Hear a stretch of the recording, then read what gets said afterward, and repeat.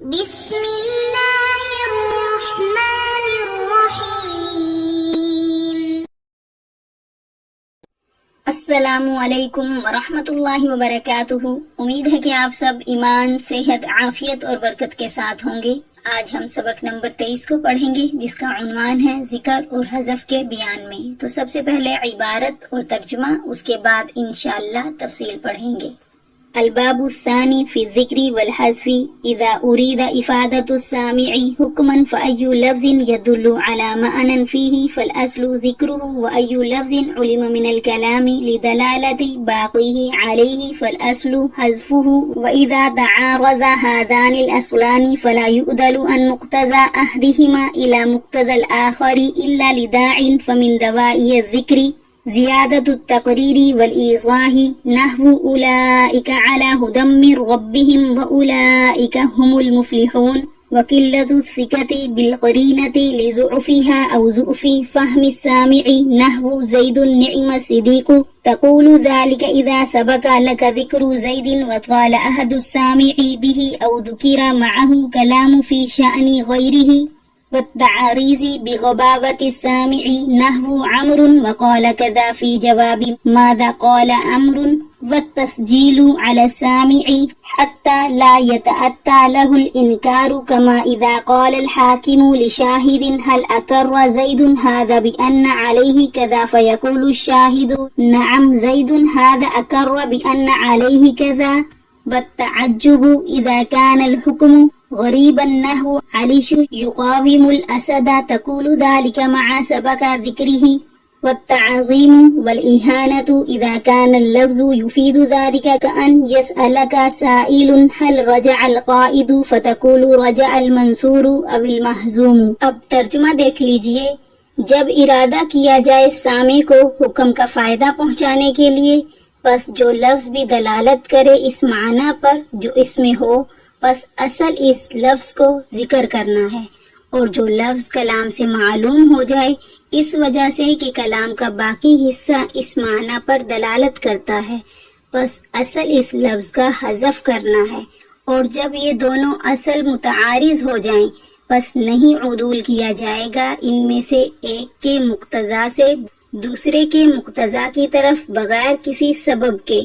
بس ذکر کے اسباب میں سے ایک بیان کی زیادتی اور وضاحت کے لیے ذکر کرنا، جیسے یہی وہ لوگ ہیں جو اپنے رب کی طرف سے ہدایت پر ہیں اور یہی لوگ کامیاب ہیں۔ قرینہ اعتماد کی کمی ہے، اس قرینے کی کمزوری کی وجہ سے یا سامع کی سمجھ کی کمزوری کی وجہ سے۔ جیسے زید اچھا دوست ہے تو اس وقت کہے گا جب زید کا ذکر تیرے سامنے پہلے ہو چکا ہو اور سامع کو سنے ہوئے لمبا زمانہ گزر چکا ہو، یا اس کے ساتھ کلام ذکر کیا جائے اس کے غیر کی شان میں۔ اور تعریض کرنا سامع کی کن ذہنی پر، جیسے عمر نے ایسا کہا، عمر نے کیا کہا کے جواب میں، اور سامع سے اقرار کرانا یہاں تک کہ نہ ہو اس کے لیے انکار، جیسے جب کہے حاکم کسی گواہ کو کیا زید نے اس کا اقرار کیا ہے کہ اس پر فلاں کا اتنا واجب ہے، بس کہے گواہ ہاں زید نے اس کا اقرار کیا ہے کہ اس پر فلاں کا اتنا واجب ہے۔ اور تعجب جب حکم نادر چیز ہو، جیسے علی شیر کا مقابلہ کرتا ہے، یہ اس وقت کہیں گے جب علی کا ذکر پہلے ہو چکا ہو۔ اور تعظیم اور اہانت جب الفاظ اس کا فائدہ دیں، یعنی تعظیم اور اہانت کا۔ مثلا تم سے کوئی پوچھنے والا پوچھے کیا سردار لوٹ آیا تو تم کہو فاتح لوٹ آیا یا شکست خوردہ۔ اب تفصیل دیکھ لیجئے۔ عبارت میں ذکر اور حذف کو بیان کیا گیا ہے۔ یہ بات بالکل واضح ہے کہ کلام میں مسند، مسند الیہ اور مفعولات، قیودات کا ذکر کرنا اور حذف کرنا کسی فائدے سے خالی نہیں ہے۔ ہاں البتہ یہ جاننا ضروری ہے کہ کس جگہ ذکر مناسب ہے اور کس جگہ حذف۔ عبارت میں مختصر طریقے سے اسی کی طرف اشارہ کیا گیا ہے کہ جب متکلم کا مقصد سامع اور مخاطب کو کسی حکم کا فائدہ پہنچانا ہو تو جو لفظ بھی اس معنی کو بتلائے اصل اس کا ذکر کرنا ہے، اور جو معنی کلام سے بیں طور پر معلوم ہو جائے کہ کلام کے بقیہ الفاظ اس پر دلالت کر رہے ہیں تو اصل یہ ہے کہ اس لفظ کو حذف کر دیا جائے۔ تو یہ دو الگ الگ ضابطے ہیں، اور جب یہ دونوں ضابطے ایک دوسرے سے متعارض ہو جائیں، یعنی ایک کا تقاضا ذکر کا اور دوسرے کا تقاضا حذف کرنے کا ہو، تو ایسی صورت میں ایک فیصلہ کن ضابطہ یہ بیان کیا گیا ہے کہ لا یعدل عن مقتضی احدہما الی مقتضی الآخر، یعنی یہ کہ ذکر اور حذف دونوں میں سے ایک کے مقتضا سے دوسرے کے مقتضا کی طرف عدول بغیر کسی سبب کے نہیں اختیار کیا جائے گا، اس لیے کہ اگر بغیر کسی سبب کے کسی ایک کے مقتضا پر عمل کر لیا جائے اور دوسرے کو چھوڑ دیا جائے تو ایسی صورت میں ترجیح بلا مرجع لازم آئے گی، اور یہ صحیح نہیں ہے۔ آگے فرمایا فمن دواعی الذکر، تو یہاں سے مصنف ذکر کے اسباب کو بیان کر رہے ہیں۔ ذکر کہتے ہیں کلام کے اندر ما فی الضمیر کے مطابق الفاظ کو لانا، اور ذکر کے 6 اسباب ہیں۔ نمبر 1 زیادت التقریری والایضاحی، یعنی زیادتی بیان اور وضاحت۔ جب کلام میں پختگی اور وضاحت کی زیادتی مقصود ہو تو پھر اس وقت اس لفظ کو ذکر کرتے ہیں، یعنی کلام تو پہلے سے واضح ہے مگر مخاطب کے ذہن میں اس بات کو مزید ثابت اور راسخ کرنے کے لیے، مثلا اولئک علی ھدی من ربہم واولئک ھم المفلحون، تو اس مثال میں اولئک ایک حکم ہے، اس میں جو معنی ہے اس معنی پر دوسرا اولئک دلالت کر رہا ہے۔ اگر اس کو ذکر نہ کیا جاتا بلکہ صرف ہم المفلحون کہا جاتا تو بھی مطلب وہی ہوتا کہ مومنین ہدایت پر ہیں، مگر مزید وضاحت کے لیے دوسرا اولئک کو ذکر کر دیا تاکہ سامع کے ذہن میں یہ بات پختہ ہو جائے کہ مومنین ہدایت یافتہ ہیں اور وہی فلاح پانے والے ہیں۔ اور دوسرا وقلۃ الثقۃ بالقرینۃ لضعفها، یعنی قرینے پر کم اعتمادی کی بنا پر ذکر کرتے ہیں، اس وجہ سے کہ قرینہ ضعیف ہے، یا اس وجہ سے کہ ذکر کرتے ہیں کہ سامع کا ذہن کمزور ہے۔ اگر بغیر ذکر کیے ہوئے بیان کیا جائے تو سامع سمجھ نہیں سکے گا۔ مثلا زید کا ذکر آ جانے کے کافی دیر بعد کہنا زید النعم الصدیق،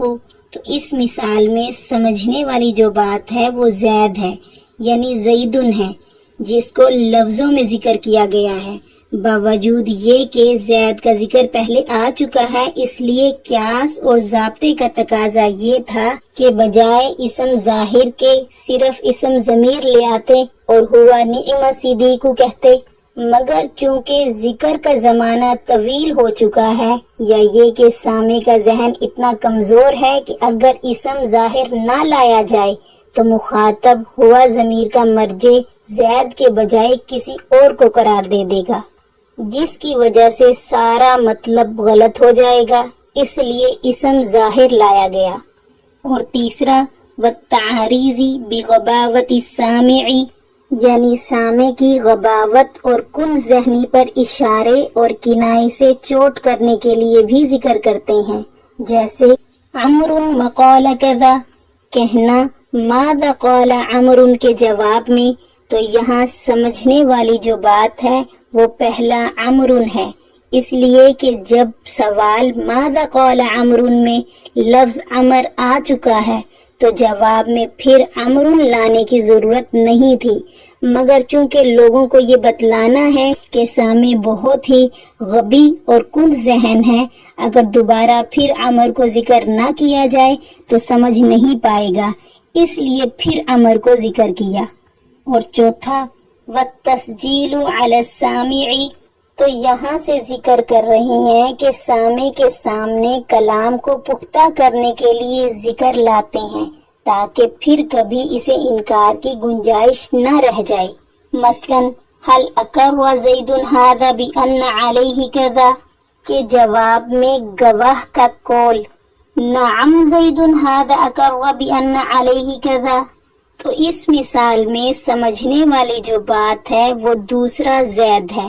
جس کو اسم ظاہر کی شکل میں ذکر کیا گیا ہے، حالانکہ اس سے پہلے حاکم کے سوال میں لفظ زید آ چکا ہے، گویا حذف کی صورت موجود ہے۔ اس لیے ضابطے کے تحت ہونا تو یہ چاہیے تھا کہ زید کو حذف کر کے صرف نعم یا نعم ہوا کہہ دیتا، مگر اسم ظاہر اس لیے لایا گیا تاکہ سامع یہ نہ کہہ سکے کہ جواب میں زید کا نام نہیں لیا گیا تھا، اس لیے میں نے کسی اور کو سمجھ لیا تھا، تو انکار کو ختم کرنے کے لیے اسم ظاہر لایا گیا۔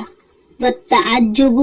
اور تعجب کے لیے بھی ذکر لاتے ہیں، جیسے علی یقاوم الاسد کہنا، جبکہ علی کا ذکر اس سے پہلے سوال حل علی یقاوم الاسد میں آ چکا ہو، تو اس مثال میں جب علی کا ذکر پہلے سوال میں آ چکا تھا تو ضابطہ یہ تھا کہ اب اس کو اسم ظاہر کی شکل میں نہ ذکر کیا جائے، مگر چونکہ شعر سے مقابلہ ایک حکم نادر ہے جو باعث تعجب ہے، اس لیے تعجب کے اظہار کے لیے اسم ظاہر لایا گیا۔ آگے والتعظیم والاہانت، اور تعظیم اور اہانت کے لیے ذکر لایا جاتا ہے، مگر یہ اس وقت ہوگا جبکہ لفظ سے تعظیم اور اہانت سمجھ میں آئے، جیسے حل رجع القائد، اس کے جواب میں رجع المنصور او المہزوم کہا جائے تو اس مثال میں سمجھنے والا جو لفظ ہے وہ رجع المنصور ہے اور مہزوم ہے، اس لیے کہ جب سوال میں رجع آ گیا تھا تو اگر صرف نعم کہہ دیا جاتا تب بھی کافی تھا، مگر چونکہ تعظیم اور توہین مقصود ہے اس لیے ظاہر کیا گیا اور لفظ سے بھی تعظیم اور اہانت سمجھ میں آ رہا ہے، تو اس لیے لفظ منصور کے عنوان سے ذکر کرنا تعظیم کا ذکر کرنا ہے